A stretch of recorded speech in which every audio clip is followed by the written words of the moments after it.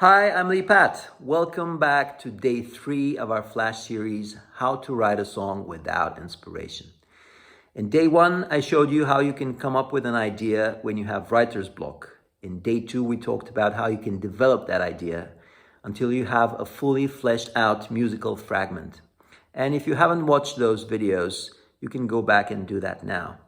Today, I want to show you how you can take any musical idea you have and turn it into a song. And in fact, any song you have and turn it into a musical.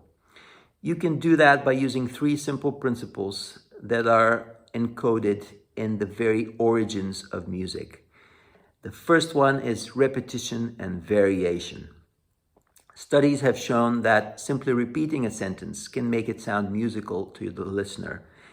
And in fact, that's how we create music to start with, by repeating a pulse or a series of strong and weak pulses until we go from beat to dance to trance.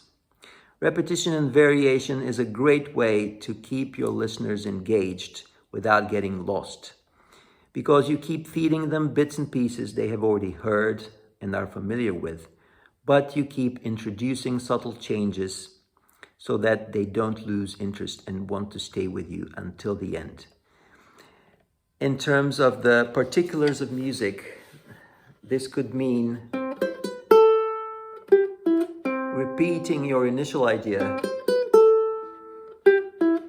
with slight variations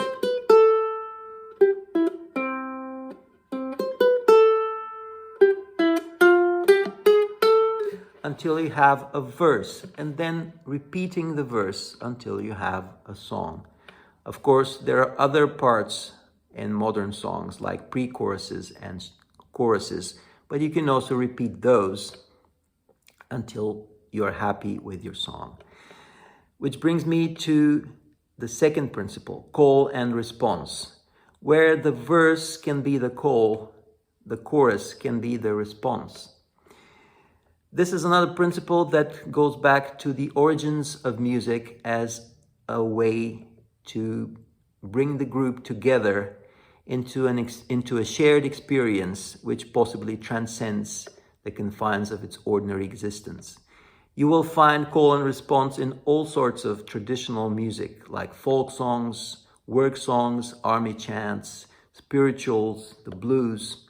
And in terms of the particulars of the song, a call can be answered simply by repeating it. Or if this is the call,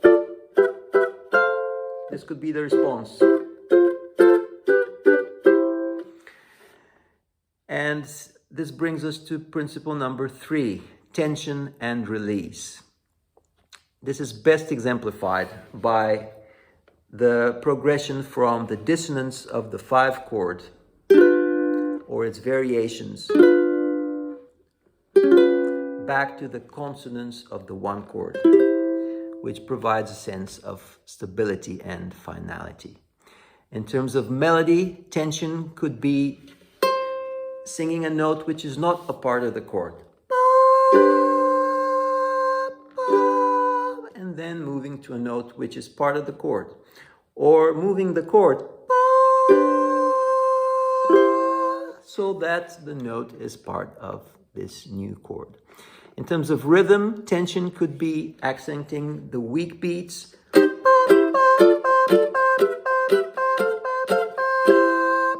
until you end on the downbeat, on a strong beat. And in terms of the structure of the song, tension could be created and built up by the verses and the pre-choruses and released in the choruses. Of course, there are many ways to create tension. Simply repeating the chorus for 5 minutes at the end of the song will create enough tension so that the listeners will be happy when it's over. But anyway, the last problem in our series, of course, is how do you do this consistently? How do you come up with songs that are fun, emotional, engaging, challenging, songs you are proud of day in and day out? Leave a comment below with your answer to this question, and I'll give you mine tomorrow in our last day, day 4 of our series, How to Write a Song Without Inspiration. Thanks for watching. I'm Lee Patz. Take care, and I'll see you then. Bye-bye.